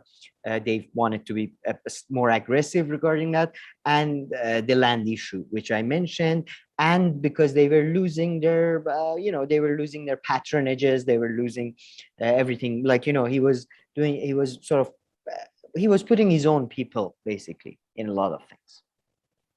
So tensions escalate, and then you have this guy called, I believe, Michael, who's the leader of Tigrayan forces and stuff. They announced that they are not joining a new party that is a sort of, again, a coalition umbrella party that Muhammad Abiy is forming. They will not join that. They retreat, a lot of political leaders and all that, they retreat to Tigray region itself. And I believe, again, remember, as Tigray was the most powerful of the groups within the dictatorial group that was in power, more than like 70% or 60% of Ethiopian army are of Tigray background or of Tigray ethnicity. So they retreat there, and then they claimed, and this claim is disputed, that Muhammad Abiy and the central government and the Eritrean were planning a siege and attack on Tigray, because we were holding votes, which was from this point of view of the central government of Ethiopia, which was illegal. They shouldn't have held votes because of the COVID pandemic, right? Because of the COVID pandemic, they were postponing and elections. it was I believe it was national election, but but like it should, like none of the other regions were holding. So they do that. They held elections. They claim there is a build-up around them. They even claim, I think, there are attacks from Eritrean side, but none of it is confirmed. But this is confirmed even by Tigrayan liberation forces, is that they make the first move. They attack an outpost of government. Then the government shuts They attack the military base, a federal government military base. They attack military central government forces. Then central government forces are cut off the electricity, sort of surround the region, are making progress. They even take over the capital of Tigray region, but then they lose the capital of Tigray region. The winning wind completely shifts to the Tigray side, and you have the Oromo separatists, who were the guys who did not want to join the coalition in 2008, because they want to be they are separatists. They don't want to become part of any Ethiopian government. They joined with the Tigray forces. They claim to, at least they claim they have sent forces. So now they are on the winning. According to most sources, something that is somewhat challenged by the guest on Aaron Maté's shows. She says that they are exaggerating the level of advances they've made, and it's and she claims that, by the way, that just I think she's right, because that's like everybody does that. Even say if central government was making advances, they would exaggerate it. So yeah, that's the context, and that's what's going on in Ethiopia right now. And personally, I would say I am more sympathetic to Muhammad Abiy's side. I think if you want to make a successful nation state, you are probably going to have to become more authoritarian and concentrate power within your person and the state institutions. And I think Tigray political officials were not too happy about losing too much power and all that. But the thing is with these they're a very conflicts and all that, federalist system, right? In Tigray, in Ethiopia. yes, it's a very federal system. I think although I would say like you cannot make authoritative comments regarding these type of issues until like 20 years have passed and some internal correspondence have been published and all that. So all we are going by are just basically shadows, really. But you know. And so little. I mean, there's so many parallels you can kind of make with the Syria crisis, and I'll come back to this. And I think some aren't good, but one is that like just the amount of media coverage of it. Because I don't know if you remember the Syria crisis. Like in the beginning, there was so little media coverage from like all sides. Where like there's nothing coming out of Syria. There is so little in like the early stages. I disagree with that. And that's how I recall it. And anyway, this one seems Bahrain was far more like that. Syria, as soon as one person went out, all the Western media was all over. I don't know. But they weren't on ground. I believe in the beginning there was very little coming out. But yeah, perhaps I'm wrong there and I don't recall properly. But in Ethiopia also, like very little coverage seems to be coming out. And I just wanted to add one thing and then throw it back to you, which is, I mean, you explained the situation, everything, that the Tigray, like you mentioned, because they've ruled, they just seem to be, for just consisting 7% of the population, they really seem to be able to pull way beyond their weight. And I always give this example that how the head of WHO right now, he was part of the Tigrayan government. So that's the kind of expertise in all kinds of areas of governance and fighting and everything I believe this region has. So based on everything that you've said, what would you say that the host on Aaron Maté's guest would kind of disagree with you? And what is like the US position? I mean, I appreciated how she, just like how TJ Coles, who also wrote an article for Gray Zone on this issue, said that the US position is kind of like all over the place. You know, they haven't necessarily taken a side. And TJ Coles, he clearly ends his article with a paragraph saying that the US is just waiting to see who's going to come out as the victor out of this situation. So yeah, any comments on what I said, and what do you think she would disagree with what you've been saying and I've been saying about this conflict? I mean, I agree. I think we are pretty much in agreement. But what I would say is that they were very critical of the mainstream media's coverage of the thing. And I would say that, fair. Like they point out a couple of like examples, like the Ethiopian airline. That was very fair enough, I think, criticism of the way mainstream media and Democracy Now, by the way, they, for example, which is outlet that is very progressive usually and all that. I found that, by the way, just should I make my joke now or should I leave it for the end? Should I give my analysis? Well, no, go ahead. I don't know if did you saw that clip with Amy Goodman? Yeah. And Amy Goodman was like, now we have this explosive story about the explosives. And I feel like as soon as she said it, she felt such a shame as, oh God, I made a pun. God damn. Oh. And okay, let's talk about the substance. It was very surprising to me seeing Amy Goodman making a pun. It felt just, it was odd. But no, I think they're right that I think it's not that media is wants to, I mean, they sort of seem to suggest that the media is for wait, sorry. First, on this comparison with Syria, Libya, and all that type of stuff, I don't think those are really at all justified, because it's just Ethiopia, China, Iran, a couple of other states are slightly, they are not some post-colonial states that the maps are drawn like that. These are actual states that with their own internal forces.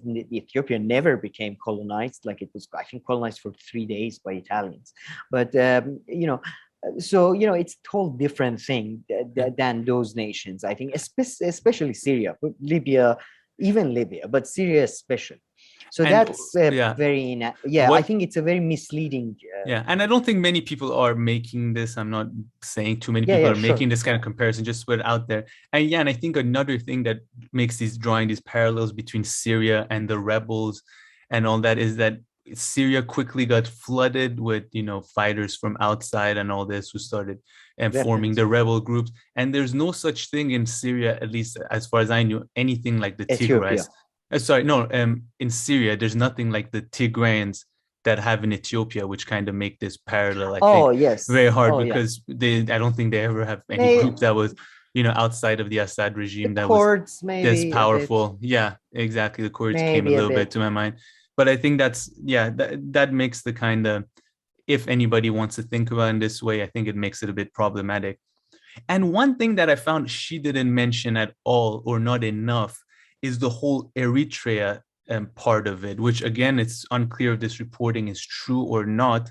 But apparently, the government, based on what I understood, the federal government, that's true, invited the Eritreans, so a foreign army force, to come and fight against the Tigrayans and help them out. Right? I think this is something that she didn't touch on enough or give enough importance to. That was one thing that struck me. And then the other one is, it's really hard to always put these in words because it's kind of like a sentiment criticism, but she was a bit the whole thing like will of power and democracy. Like she would disagree with the move to authoritarianism. She was saying the Tigrayans are like that, which I wouldn't disagree too much. What I had but she would say that no, him, it's more democratic and the will of the people, and people in Ethiopia don't want this and all this, which is probably true. I mean, I don't think anybody wakes up and wants that one day. But yeah, those parts. But like, it's just so hard, and I'm pretty sure I didn't make too much sense here, unless someone has actually watched the video, because it's not. It's just the general sentiment with the way she was framing it a little bit. I just think it's just pointless to talk about what most people want or most people think. First of all, you don't know. Second of all, if you do know, you can't prove it. Third of all, it's such a fickle thing that, tomorrow most people might want something else. So, I hate that sort of language. Anyway, secondly, they were talking about the media and US, obviously, empire or whatever it is called to them, is like, they're eyeing an interventionist wall, and that's now they're saying Tigray, and they're using the word genocide. Again, I think it's more to do with the fact that they're sensationalist than interventionist. That's one thing. Second thing, I think maybe Iran-Iraq war is a good way of thinking about it. They asked Henry Kissinger at some point that, like, why did you who did you you supported both sides during different times and all that. Who did you want it to win or lose in the fight? And I think famously Kissinger says, didn't you consider that we want them both to lose? Yeah. The strategy, and that's why sometimes they might use democracy now. I mean, it's not they use it. It's kind of like people who believe in like conspiracy theories regarding COVID. And I don't mean conspiracy theory in a negative way, but I just don't think the powerful and the elite even need to, do, these things organically happen. And because they are in a position of power, they can take advantage of it. So there is an internal strife within Ethiopia. It is slightly escalates internally. And what does US do? They push to escalate it more. Why? Because it benefits them. Why? Because if there's a wedge, there is a way to get in. And I'm sure, by the way, others in US positions would do the same. Unless they have sort of so many domestic problems that they're trying to safeguard those. But if they're in US's position, which is, let's say, like you have internal problems, but you're obsessed with the rest of the world, which most empires are. Like they have huge internal problems, but they cover it up by obsession with the outside world. So, I think that's how it should be looked at, instead of this sort of like, oh, no, they're planning a next intervention. Or Ethiopia is a far more advanced society. And I don't know, we'll see. Yeah, I wouldn't want to mess with the Tigrayans based on the success they've had so far, beating the federal government as if it's nothing. I mean, she says that they might, she says that the leader of the main group that is fighting back, they probably want to take over Ethiopia and all this, which is, I mean, probably that's true. What I mean, Yeah. no, they said we are trying to like it's. I mean, she was right in that they said Yeah. it was so funny. They said, yeah, we just want to take over the capital Yeah. and get rid of Muhammad Abiy. We have nothing like. It's like Yeah. saying, yeah, we just want to take over Washington and get rid of Biden. What's Yeah. the big deal? It's not like we are trying to do anything crazy. So Yeah. it was a very good comparison. I found Yeah. that one. But I think, yeah, it's interesting, the coverage of the Ethiopia thing on the gray zone. Like I mentioned, there are a few different ones. I mean, Ben TJ Cole Norton is article was fantastic. TJ Cole's was my favorite, and my criticism of his actually was that he spoke too little or wrote too little, from what I remember, to the fact that the Tigrayans were in power for so long. I know he mentions it because his argument is that U.S. has been supporting the Ethiopian military for decades. Maybe right now they are not, but previously they had been for decades. And during those decades, the Tigrayans were full out in power. So, I mean, that was my criticism of his article. I felt like he didn't put enough emphasis there. But on the US's side, I think he summed it up the best, which is kind of what you're saying also now, which seems like the US right now is just waiting for these two to fight it out, make as much damage, but make the country as vulnerable as you can. And we'll see who's the last man standing. Exactly. And the idea that, by the way, Muhammad Abiy, I think he's going to become an authoritarian figure if he wins. If he loses, somebody else is going to become an authoritarian figure. That's why I don't buy this whole, and, because the left, especially the old liberals, Democracy Now!, I think people have this huge sort of emotional reaction in anybody who wants to establish, want to have any kind of power. Power to them is the most disgusting. This is my view again. For people of that generation, 60s, that type of thing, they view power as the most disgusting thing ever. Okay, and the root of all corruption. And therefore, it is very easy to for them to have somebody like that lady Nima. I forget. She writes for, I think, New York Times or something. No, she's CNN. She's a full-out CNN person. I've seen her a lot, I think, on CNN. She does reporting for them. Oh, I thought she also writes for a newspaper. Possibly, yeah. Possibly. All right. But anyway, she would have somebody like that. Apologies for forgetting the name. Somebody have that on and agree with her on the issue that, this guy is authoritarian, and he was he was trying to basically, fuck over Tigrayans and take it all for himself. So, it's easy for them to, okay, here, this is a common ground we have. Just like some people on the left sometimes find common ground with really right-wing people. But this hatred of power allows for that. So that's my justification for this type of thing by leftists. Very interesting. You've presented quite a few theses today on different issues. Yeah, I'm doing the whole armchair philosopher thing. No evidence, just just from. I mean, as long as you admit that what you're basing your arguments on, it's all fine with me, at least. But I don't know, because it's kind of the Marvel trick, isn't it? That you discuss an important issue, but you don't address. I don't know. Anyway, sorry. Yeah. I mean, if you're neglecting maybe information that you could easily access on purpose without, of course, researching, maybe that would be something. But anyway, since you point out, I think it's all good. I could make a couple of calls to Ethiopian government. Sure, you could. Do you have any guy who would be willing to publish public correspondence like the Russian dude? Yes.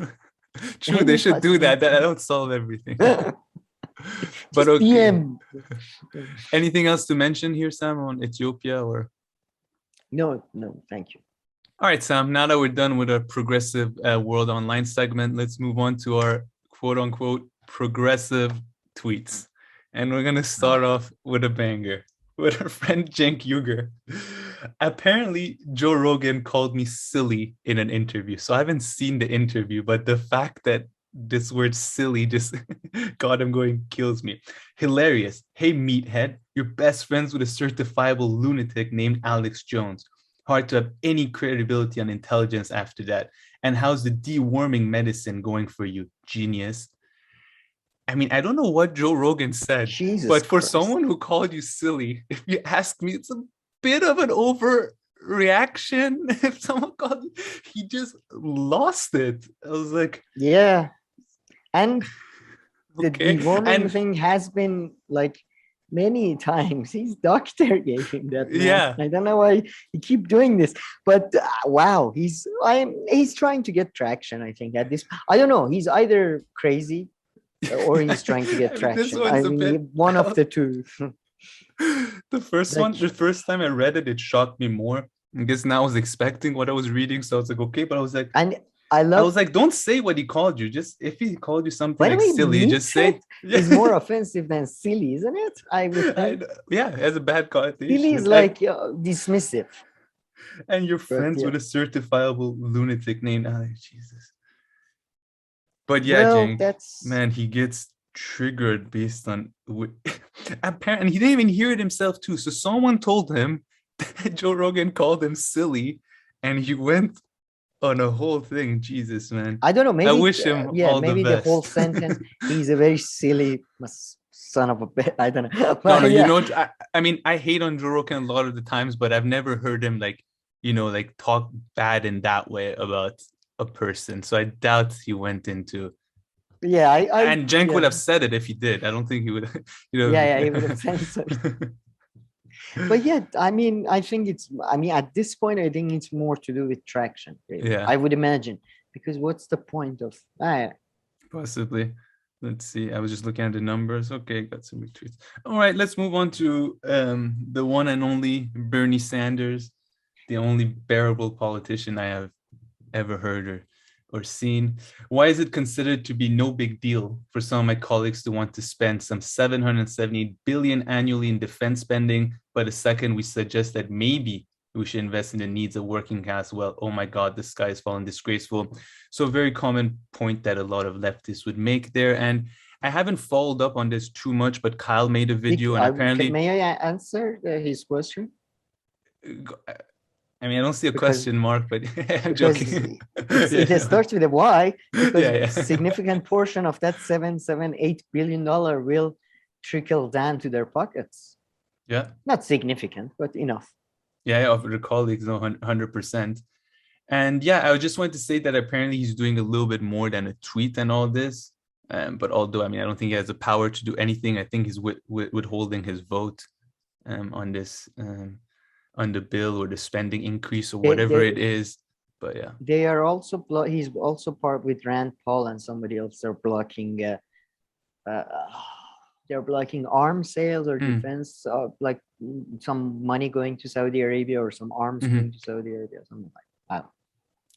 I mean, it really still amazes me that I still like Bernie Sanders, because I mean, you think that if you get to know a politician for this long, for 2 to 3 years, know him, you would have seen some bad things about him. And we saw him through 2 elections, criticized them a lot for the second one, but I still definitely have a very soft spot for him.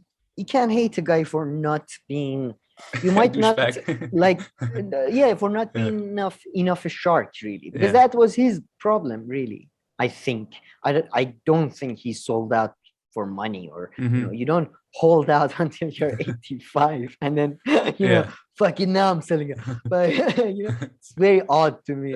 Well, I do think he's not enough. It's like Jeremy Corbyn. I really think some of his policies even I hate, but it's just the main problem was that he wasn't the shark, and you can't hate him for that. You might be disappointed, but no, I think that's well put. But yeah, definitely Bernie Sanders is unique. I would say that, it seems. There's also with the level of success he has, because I mean, there are other politicians who are also, well-meaning and all this, and not as messed up as the other ones. But Bernie also comes with a relative level of success, I would say. I mean, compared to the others, relative, I would say very good level of success.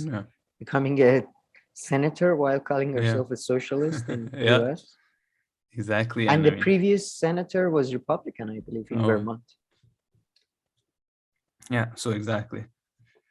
All right, Sam, a little bit of fun with Maté here. Maté going after his former employers, and I can kind of see why. So you're gonna let's look at all these tweets after another, because it will kind of explain what the story is about. So I don't know if you heard about this. But so Rolling Stone wrote that free speech loving Fox News is thrilled that Rittenhouse judge banned MSNBC from the courtroom. So this happened on Thursday, if I'm not mistaken, or Wednesday. Matt Taibbi wrote, Jesus Christ, Rolling Stone, you really don't understand the difference. So let's maybe read the other ones. It'll become clear. The next tweet, Matt Taibbi responded to Fred Mason's tweet, which said, just so we're clear, right-wing provocateurs harassing counter-protesters with the aim of reporting them to cops or making them known to fascists, blah, blah, blah. We really don't understand the difference between photographing people protesting in public and trailing jurors in a high-profile trial. Do you know what a mistrial is? So in this quote here, you kind of get what's going on, and I think the other ones make it even better. He responded to Chilwell, who says, I'm sure if a Fox producer trailed the Chauvin jury bus, you'd see no problem with it, right? I'd absolutely see a problem with it, Matt said, and so would any judge.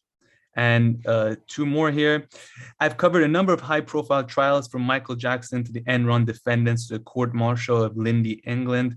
Yes, reporters trying to learn identities of jurors, but they do so knowing it's totally improper, and they'll be hell to pay for getting caught. And finally, he wrote, someone wrote that you've lost all credibility, Matt. You and Greenwald both. Time to pick a new career. Matt got back to him easily, saying, let's see, I was right about weapons of mass destruction and the Iraq war being credible figures like Remnick, Chait, and Jeffrey Goldberg were cheering for it. I was right about Russiagate when those same people were chasing every false lead. But sure, I'm the one with the credibility issue. So based on these tweets and everything I understand is that these MSNBC like contractor who work for MSNBC tried to follow the jurors and get photos of them or get to know more about them. And apparently it's a big no. And then the judge and the judge, people are coming after the judge too, but I think he's actually being honest a bit here. He banned MSNBC, but in the quote of Rolling Stones, he says right away, although I'm not 100% sure of what everything had happened, it just happened yesterday, but I will need to ban them, which I think is fine. I mean, if this is a decision he needs to make now, he's admitting that I don't know everything, but the court's happening now. So I can't make this decision a year. The case is happening now. So I'll have to ban MSNBC from being there. But yeah, I don't know if you have any comments or anything on these tweets. I mean, yeah, it seems the way they apologies. The way Rolling Stones put it is misleading. Mm-hmm. So that's one. And then I would say, yeah, I don't understand. What is these idiots like? What is their? Which one of them? The idiots that tweeted Matt Taibbi that just so be clear, and then you've lost all clear. Like, I genuinely, I mean, maybe they. I mean, I would imagine if you tweet something bad about Matt Taibbi, a lot of people who hate him might start following you. Or something. So maybe that's why. But it's just so pathetic. I mean, I don't know if this has always been going on forever or people are this childish, but the fact that when they disagree with one thing, they completely say like the other person is just complete trash. I mean, you and I would have had to put an end to this podcast before we did our first episode based on this criteria. I mean, disagree with one thing and then that's it. This person is horrible. Their whole life they've been lying. We have a Latin word for it, ad hominem, and character assassination. So, it's pretty much it's the oldest trick in the book. Like but your arguments, whatever. Fuck you. I mean, Cenk was willing to like forget everything that Glenn Greenwald did over their current beef. He's like, can't believe anything that Glenn Greenwald has ever said. Now I'm like, take it easy. You don't need to go that far. No, I just love the fact that, by the way, his mind is operating based on the thing that, like, okay, this guy I believe now. And then, like, 10 years later, something, okay, I don't believe it. Like, people, man, take, like, even my best friends, I take one case by cases, all right? I had a best friend tell me, like, aliens are real. I'm not going to, like, be, okay, no, man, now, I don't believe anything ever you said to me. When you told me you like my dad, you're lying. Yes. Exactly. I mean, We're not putting words in Cenk's mouth. I mean, he literally, No, he that's said literally all what he he's said. reporting. He Yeah. said all And this he's is, I reporting don't know from the what to past is believe on now. their Yeah, on their quest. Yeah, yeah. exactly. All right, Sam. He's a silly man. Yeah. Oh, Jesus, don't say that. I'm never going to use the word silly. He's gonna attack us. You call someone silly, next thing you know, I'm You erasing that word from my vocabulary. Jesus. Yeah, I never thought that. Yeah, reaction. You got. I mean, I'm from Middle East, so I can probably say that, but he'd probably attack us like you towelhead asshole. Jesus. Yeah, I take it easy, Jake. I mean, not the worst thing I've ever heard anybody say about anyone, but that's up to you. But right, Sam, let's move on to the opioid crisis. So Statista tweeted that aside from the pandemic, the US is also dealing with another crisis, one that has been going on for years and is only getting worse. The opioid crisis. According to CDC, synthetic opioids like fentanyl factored in more than 60% of overdose deaths last year. And this chart is showing US drug overdose deaths spike amid pandemic. And just the figures from the early 2000s when this drug became more and more available, if I'm not mistaken, and prescribed to people more and more, and people got severely addicted. I mean, I believe it's just like heroin. It's like a medical version of heroin. So yes. Does it say the overdoses are on prescription or on illegally obtained? It said something right here. The synthetic opioids like affected in more than 60. I mean, very good question, but based on like I haven't heard this story I've been hearing the past 2 to 3 years, and the companies, the pharma companies that are in trouble, a lot of it seems to be prescribed and purchased from pharmacy, if I'm not mistaken. But I don't really see that much of a issue. I think it's been blown out of proportion. I think all drugs, including heroin, should be legal, to be honest, and then you wouldn't have like. But yeah, I don't see any. I don't know if crisis. It feels a bit like they should legalize. I think it's more to do with legalize all drugs, and then some people will overdose. Whatever. Yeah, I think the other thing is not providing this drug. I think this widely, or like that's the thinking thing. other ways, because it seems to be extremely. I mean, all drugs are addictive, and people have knee surgeries and all this, and then they often go through a period where they're addicted to other drugs. But this one seems to be particularly problematic, of course. That's the thing. What I heard was that you get these prescribed to you for a period of time. Okay, and then you go get heroin. And then because you can't get them legally, you have to go get them illegally. And a lot of time it's like past the expiry date, or it's not the actual thing. It's a fake or whatever, and it kills you. So, I think legalize it and then. If more and more people are doing it, then of course overdoses will also go hand in hand with it, will increase if more people are taking these drugs for not necessarily for bad intentions or anything like that initially. And finally, Sam, the last tweet, this is what I was talking to you about John Deere. So John Deere strike ends with 10% wage rise this year. Workers that apparently rejected 5%, plus 8,500 bonus in major labor win. Sounds pretty decent. Yet a 6-year contract with total 20% wage rise means inflation that corporation control can undo labor's win. Capitalism, class struggle persist. So yeah, it seems like they did get some kind of decent victory based on these strikes. But I doubt it. I mean, nobody's predicting inflation above 8% or anything. So within the next 2 years. So I don't know how. Oh, 6-year contract. Yeah, 6-year contract. I thought it was a 2 year. Sorry. No, 6 years. And maybe I misread. Yeah, no, that's the second part anyway. Yeah. And the first part I was saying it seems promising, and the deal that they managed to get. And another thing actually I was hearing a lot about these strikes and all this that are going on is that when unions and stuff sign contract and reach agreements, they're often for 3-year agreements or things like that. And during those periods, they never strike. They kind of agree not to strike. And it's when those ends that the strikes come in. So that could also explain some of the strikes that are happening now. I believe the logic was something around that, but I'm not too sure. I should have written it down somewhere. Yeah, well, usually during contract negotiations, before that or during that you strike. So. So I think I'm putting together a nice example of strikes and protests working here, building a nice little portfolio here. Well, working, yeah, we have different, yeah, whatever, I man. agree. I know. No, I do think, I hope we can still be I am. friends, eh? No, man, we can't. It's over. I can't trust anything you said ever before. Did you like the gift I bought?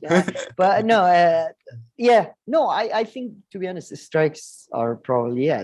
I mean, did I say strikes don't work? No, protests, you were saying. And then you did agree that it's not always and stuff. So I'm pushing the envelope protest. Okay, all right. Strikes, I think I said the strikes have more chance, but not necessarily. But yeah, protest, protest, I am far more.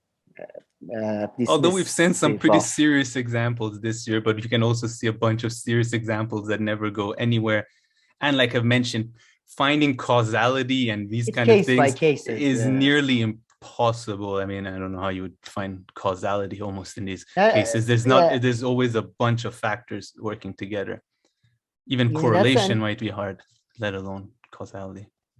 Yeah, exactly. And that's at the end of the day, you get to the point. Yeah, it's all case by case. So don't any generalized comment we make. It's not true.